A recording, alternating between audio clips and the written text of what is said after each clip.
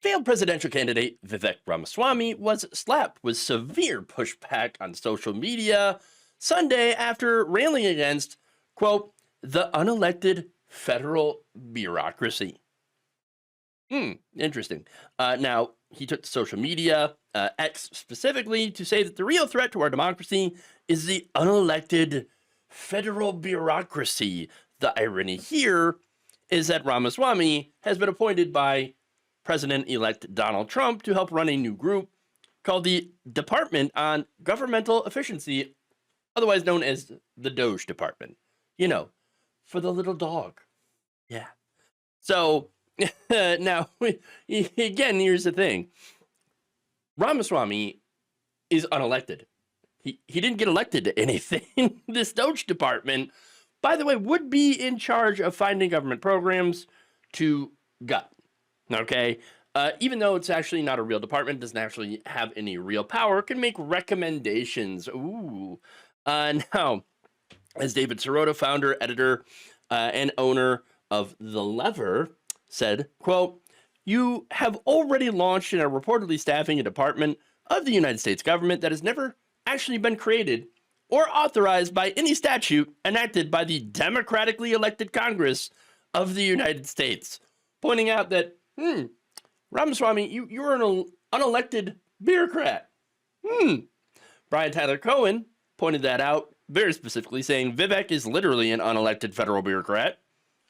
To which I say, whoopsie. Also, that perhaps he is now becoming a member of... Could be.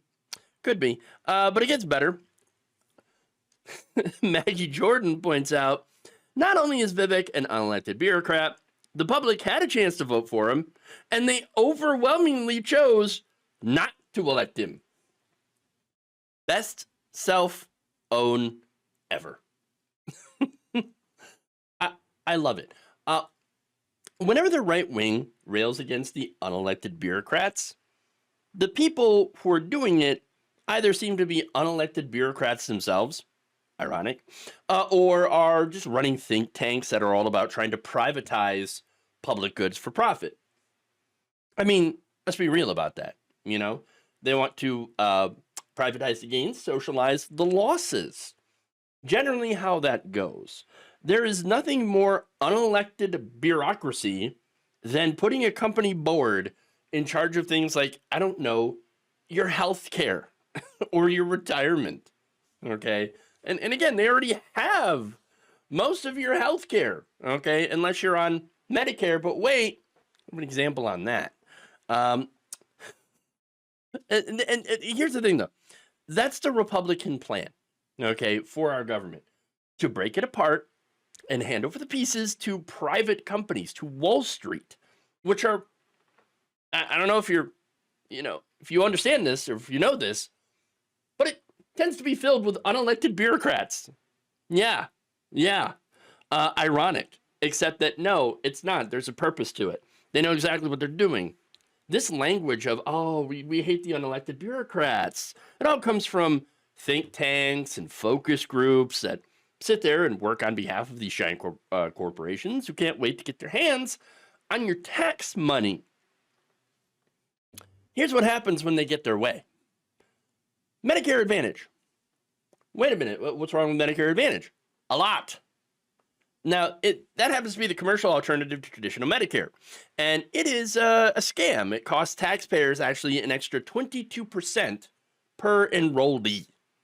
Medicare Advantage, also known as Part C, was sold to the people as a way to save the government money. And they have not done that very thing, okay? Now, by the way, keep that in mind for when you hear about, the suggestions from this DOGE, government efficiency, right? Oh yeah, no, we're going to save money by making the government more efficient. How are we going efficient. How are we going to do that? Well, by privatization, of course. Well, this is what happens when you do privatization. According to the conversation, competition among private insurance companies and with traditional Medicare to manage patient care was meant to give insurance companies an incentive to find efficiencies and cut costs.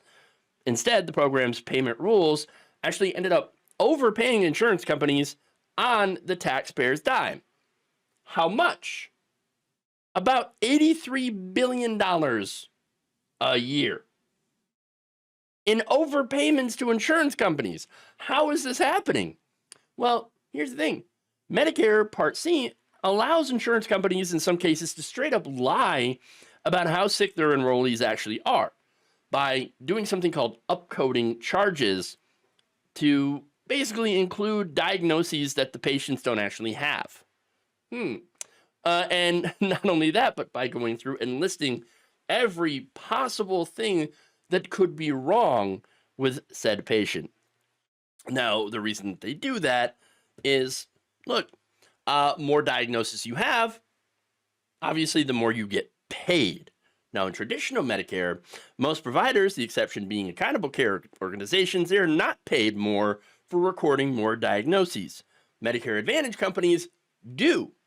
They know that they're paid more if their enrollees seem more sick than they actually are. Okay? And that, of course, is so that they can make more profit.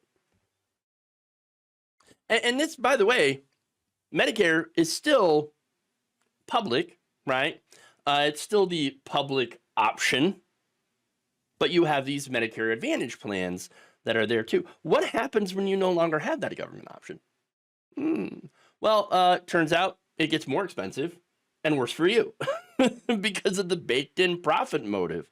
So that's the issue here, right? That's the issue.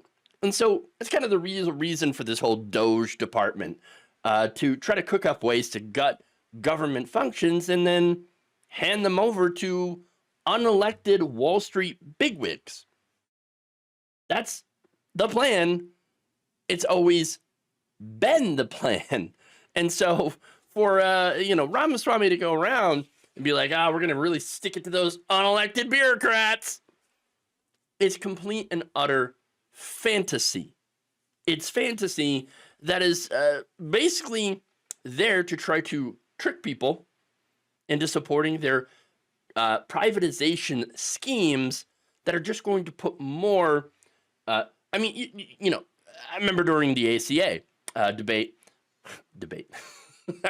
That's such a long time ago, where they were talking about death panels, right? Remember, unelected people, death panels. They're going to kill you. They're going to kill grandma to save a few bucks. Well, that's exactly what they would actually do. If they have their, way in these DOGE cuts, which again, thankfully, it's not a real agency, but it is going to tell Congress.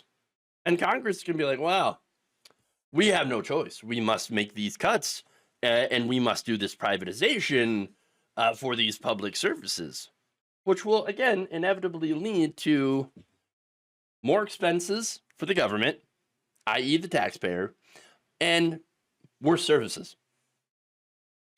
But it's also going to make for some very, very, very rich people, the same rich people that have been bankrolling Republicans like Vivek Ramaswamy, Donald Trump, and others to push forward these disastrous privatization schemes. Thank you for watching. If you enjoyed this video, please like, share, subscribe, hit the bell icon in order to get notified whenever a new video is released.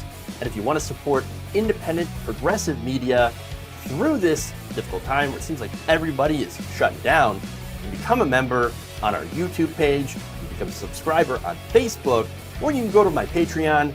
It's patreon.com/Jeff Waldorf. Thank you.